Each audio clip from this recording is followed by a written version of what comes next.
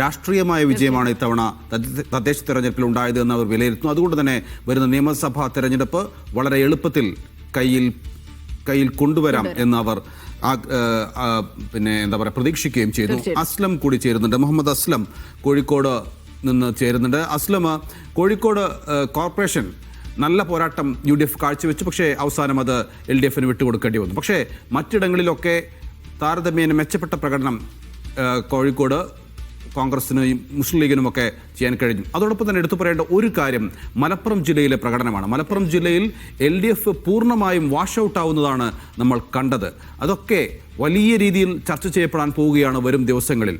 ഈ ശരിക്കും മലബാർ മേഖലയിൽ പ്രത്യേകിച്ചും ഈ പൊളിറ്റിക്സ് ആണ് ഈ തദ്ദേശ തെരഞ്ഞെടുപ്പിൽ കൂടുതലായി വോട്ടിന് കാരണമായത്, വോട്ട് ചെയ്യാൻ ആളുകളെ പ്രേരിപ്പിച്ചത് എന്നത് നമുക്ക് വിലയിരുത്താമോ? മലബാർ മേഖലയിൽ പ്രത്യേകിച്ച് മലപ്പുറം, അതോടൊപ്പം തന്നെ കോഴിക്കോട്, വയനാട്, പാലക്കാട് ഈ 4 ജില്ലകളിൽ UDFന് വലിയ തോതിൽ ഒരു ഘട്ടത്തിലും പ്രതീക്ഷിക്കാത്ത തരത്തിലുള്ള ഇടങ്ങളിൽ പോലും പിന്തുണ കണ്ടു എന്നുള്ളതാണ് ഏറ്റവും പ്രധാനപ്പെട്ട കാര്യം. കോഴിക്കോട് ജില്ലയെക്കുറിച്ച് നമ്മൾ ഒരു ഉദാഹരണം നോക്കുകയാണെങ്കിൽ കോഴിക്കോട് ജില്ലാ പഞ്ചായത്ത് രൂപീകരിച്ചതിന് ശേഷം ഇതുവരെ UDFന് ഭരണം ലഭിച്ചിട്ടില്ല. പക്ഷേ ഇത് ആദ്യമായി കോഴിക്കോട് ജില്ലാ പഞ്ചായത്ത് ഡിവിഷൻ UDF ഭരിക്കാൻ പോകുന്നു. 50-60 അതായത് പഞ്ചായത്ത് രൂപീകരിച്ചിട്ട് ഇതുവരെയും ഭരണം ലഭിക്കാത്ത പഞ്ചായത്തുകൾ, ബാലുശ്ശേരി ഉൾപ്പെടെ നിരവധി പഞ്ചായത്തുകൾ UDFിലേക്ക് വന്നു. അത് ഒരുപക്ഷെ ഈ പേരാമ്പ്ര പോലുള്ള അല്ലെങ്കിൽ വടകര പോലുള്ള ബാലുശ്ശേരി പോലുള്ള ഏറ്റവും പ്രധാനപ്പെട്ട CPMന്റെ കോട്ടകളിലാണ് ശരിക്കും ഇത്തവണ അടിപതറി എന്നുള്ള പ്രധാനപ്പെട്ട കാര്യം. മലപ്പുറത്ത് ജില്ലയാണെങ്കിൽ ഒരുപക്ഷെ 3 പഞ്ചായത്തുകൾ മാറ്റി നിർത്തി കഴിഞ്ഞാൽ EMSന്റെ പഞ്ചായത്ത് ഉൾപ്പെടെ മുഴുവൻ പഞ്ചായത്തുകളും പൊന്നാനി നഗരസഭ മാത്രമാണ് നഗരസഭകളിൽ ഒരു തദ്ദേശ സ്ഥാപനങ്ങളിൽ അവർക്ക് ഒരു അഭിമാനമായി നിലനിർത്താൻ കഴിഞ്ഞത്. ബാക്കിയെല്ലാം പൂർണ്ണമായി തന്നെ UDFിലേക്ക് എത്തുന്ന ഒരു സാഹചര്യം ഉണ്ടായി. പാലക്കാട് ജില്ലാ പഞ്ചായത്ത് എന്ന് പറഞ്ഞാൽ UDFന് ഒരുപക്ഷെ 2-3 ജില്ലാ പഞ്ചായത്ത് ഡിവിഷനുകൾ മാത്രം ഉണ്ടായത് അവിടെ നിന്ന് 12 ഡിവിഷനിലേക്ക് ഒറ്റയടിക്കുള്ള ഒരു കുതിപ്പാണ് പാലക്കാട് ഉണ്ടായത്. അവിടെ തദ്ദേശ പല സ്ഥലങ്ങളിലും കൊഴിഞ്ഞാമ്പാറ ഉൾപ്പെടെ പല സ്ഥലങ്ങളിലും UDFന് ഭരണം ലഭിച്ചു. വയനാടും ആ അർത്ഥത്തിലേക്ക് ജില്ലാ പഞ്ചായത്തിൽ കഴിയുന്ന ഒരൊറ്റ സീറ്റിന്റെ ബലത്തിൽ മാത്രം ഒരു സീറ്റ് മാത്രമല്ല നെറുക്കെടുപ്പിന്റെ ബലത്തിൽ മാത്രം UDF ഭരണം നിലനിർത്തിയെടുത്ത് അവിടെ നിന്ന് വലിയ ഭൂരിപക്ഷത്തിലേക്ക് ജില്ലാ പഞ്ചായത്തിലേക്ക് പോകുന്നു. പഞ്ചായത്തുകളുടെ എണ്ണം വർദ്ധിക്കുന്നു.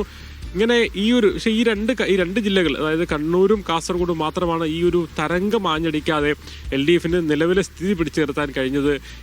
ഒരു അഭിമാനം കാത്തത് ശരിക്കും കണ്ണൂരും കാസർഗോഡും മാത്രമാണെന്ന് പറയാം. ഇത് 2-3 കാര്യങ്ങൾ പ്രധാനപ്പെട്ടാണ് തന്നെ പറയുന്നത്. സംസ്ഥാനത്തുടനീളം ഒരുപക്ഷെ ശബരിമല അവർക്ക് തുണയായി. മലബാർ മേഖലയിൽ എന്തായാലും മുസ്ലിം വോട്ടിന്റെ ഒരു ഗതി കൃത്യമായി തന്നെ അവർ തുണച്ചു എന്ന് പറയേണ്ടി വരും. പ്രത്യേകിച്ച് മലപ്പുറം കേന്ദ്രീകരിച്ച് വലിയ തോതിലുള്ള സംഘർഷം CPMും തന്നെ UDFും തമ്മിൽ നടത്തിയിരുന്നു. പ്രത്യേകിച്ച് സ്വർണ്ണക്കടത്തുമായി ബന്ധപ്പെട്ട കാര്യങ്ങൾ, PV അൻവറുമായി ബന്ധപ്പെട്ട പ്രശ്നങ്ങൾ, പോലീസ് ഉയർത്തിയ പ്രശ്നങ്ങൾ, ഇതൊക്കെ തന്നെ വലിയ തോതിൽ ചർച്ചയാവുമ്പോഴും അതിനെ മറികടന്നുകൊണ്ട് അല്ലെങ്കിൽ അതിനെ വേറൊരു തരത്തിൽ അല്പം വർഗീയ ചുവയോടുകൂടി തന്നെ നേരിട്ടുകൊണ്ടും അതോടൊപ്പം തന്നെ തീവ്രവാദ ചാപ്പ കുത്തിയൊക്കെ അതിനെ മറികടക്കാനായിരുന്നു CPM ശ്രമിച്ചത്. പക്ഷേ അതേസമയം അത് പൂർണ്ണമായി തന്നെ അടിപതറി. മലപ്പുറം ജില്ല എന്ന് പറയുന്നത് ഏറെക്കുറെ ഒരുപക്ഷെ മുഖ്യമന്ത്രിയും മലപ്പുറം ജില്ലക്കാരും എന്ന രീതിയിലേക്ക് എതിർത്ത് നിന്നുകൊണ്ടുള്ള കാര്യങ്ങൾ വന്നു. മാത്രമല്ല വെള്ളാപ്പള്ളി നടേശൻ മലപ്പുറത്ത് വന്ന പരാമർശങ്ങളെ മുഖ്യമന്ത്രി ഒരുപക്ഷെ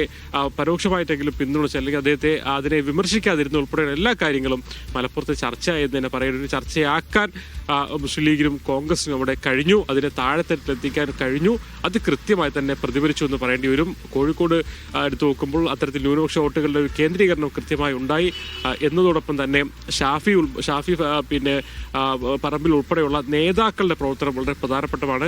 കാരണം ഈ കോഴിക്കോട് ഉള്ള DCCയുടെ നേതൃത്വത്തിലുള്ള പ്രവർത്തനമാണെങ്കിലും ഷാഫി പറമ്പിൽ നേതൃത്വത്തിലുള്ള പ്രവർത്തനമാണെങ്കിലും താഴെത്തട്ടിൽ വളരെ നേരത്തെ തന്നെ ഒരു ഇളക്കം സൃഷ്ടിക്കാൻ അവർക്ക് കഴിഞ്ഞു. അത് പേരാമ്പ്രയുള്ള പ്രശ്നങ്ങൾ ഉൾപ്പെടെയാണെങ്കിൽ തന്നെയും കോൺഗ്രസിനെയും മുസ്ലിം ലീഗിന്റെ സാന്നിധ്യം കോഴിക്കോട് വളരെ കൃത്യമായി തന്നെ എടുത്ത് പറയേണ്ടതാണ്. ഈ പറയുന്ന പേരാമ്പ്ര ഉൾപ്പെടെയുള്ള സ്ഥലങ്ങൾ പിടിച്ചെടുക്കുമ്പോൾ അത് കോൺഗ്രസിന്റെ മാത്രമല്ല മുസ്ലിം ലീഗിന്റെ കൂടി പ്രവർത്തകരുടെ ശക്തമായ അതിനൊക്കെ നേതൃത്വം നൽകാൻ ഷാഫി പറമ്പിൽ ഉൾപ്പെടെയുള്ള ആൾക്കാരുടെ ഒരു സാന്നിധ്യം ശക്തമായി എന്ന കാര്യത്തിൽ ഒരു സംശയവുമില്ല. ഏറ്റവും അവസാനം ചോറോട് ഭാഗമുള്ള ചോറോടാണെങ്കിൽ അഴിയൂര്, മേപ്പയൂർ തുടങ്ങിയ വളരെ കടുത്ത ജില്ലാ പഞ്ചായത്ത് ഡിവിഷനുകൾ വരെ മറിഞ്ഞത് ഒരുപക്ഷെ അത്ഭുതത്തോടു കൂടിയാണ് ശരിക്കും CPM നേതാക്കൾ തന്നെ നോക്കിക്കാണുന്നത്. എന്തായാലും വലിയ മാറി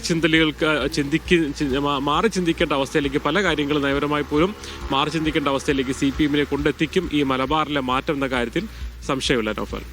തീർച്ചയായിട്ടും യാതൊരു സംശയമില്ല കാര്യത്തിൽ. എന്തുകൊണ്ട് ഇത്തരം ഒരു വിജയം UDF തേടിയെത്തി എന്ന് ചിന്തിക്കേണ്ടത് ഇനി LDF തന്നെയാണ്. എന്തായാലും അതായത് ഇപ്പം നേരത്തെ ഈ തെരഞ്ഞെടുപ്പിന് തൊട്ട് മുമ്പ് എല്ലാവരും CPM നേതാക്കളെല്ലാം ജമാഅത്ത് ഇസ്ലാമി കൂട്ടുകെട്ടിനെ കുറിച്ചാണ്, പ്രത്യേകിച്ചും മലബാറിൽ അതേക്കുറിച്ചാണ് എപ്പോഴും പറഞ്ഞുകൊണ്ടിരുന്നത്. പക്ഷേ ഇന്നലെ MV ഗോവിന്ദൻ നടത്തിയ വാർത്താ സമ്മേളനത്തിൽ ജമാഅത്ത് ഇസ്ലാമിക്കെതിരെ ഒരു കടുത്ത പരാമർശവും അദ്ദേഹം നടത്തിയില്ല എന്നുള്ളത് പ്രത്യേകം പ്രസ്താവ്യമാണ്.